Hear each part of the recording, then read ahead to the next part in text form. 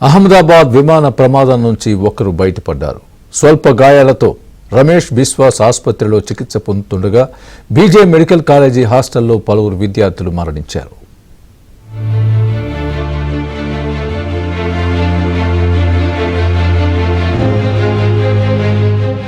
అహ్మదాబాద్ కూలిన విమానానికి సంబంధించిన వీడియోలు ఇప్పుడు వైరల్ గా మారాయి. ఎయిర్పోర్ట్ లో విమానం టేకాఫ్ అయిన సెకన్ల వ్యవధిలోనే కూలిపోయింది.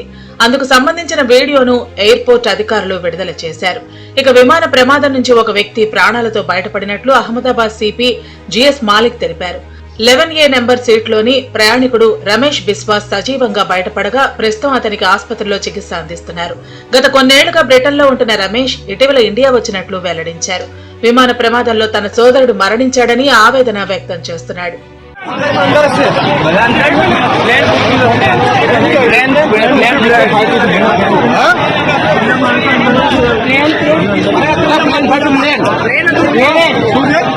ఎయిర్ ఇండియా విమానం ఫ్లైట్ నెంబర్ AA171 జనావాసాల్లో పడింది.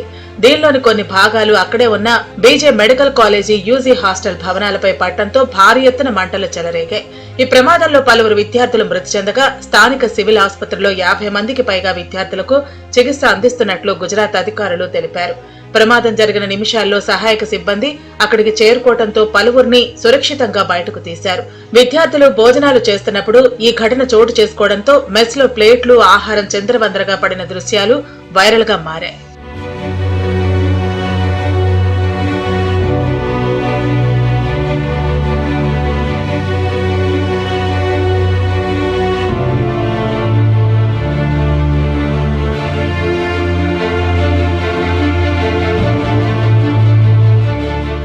విమాన ప్రమాదానికి ముందు బ్రిటన్ పర్యాటకులు ఎయిర్పోర్ట్ లో తీసుకున్న సెల్ఫీ వీడియో వైరల్ అవుతోంది. Good bye India, happy happy అంటూ యువకులు తమ దేశానికి తిరిగి వెళ్లిపోతున్నట్లు వీడియోలో చెప్పుకొచ్చారు. భారతదేశానికి వచ్చి అందాలు చూసి ఆ జ్ఞాపకాలతో విమానం ఎక్కిన ప్రయాణికులు నిమిషాల్లోనే ప్రమాదానికి గురయ్యారు. Goodbye India. Goodbye. Thank you. 10-hour flight back to England. Going back happily calm.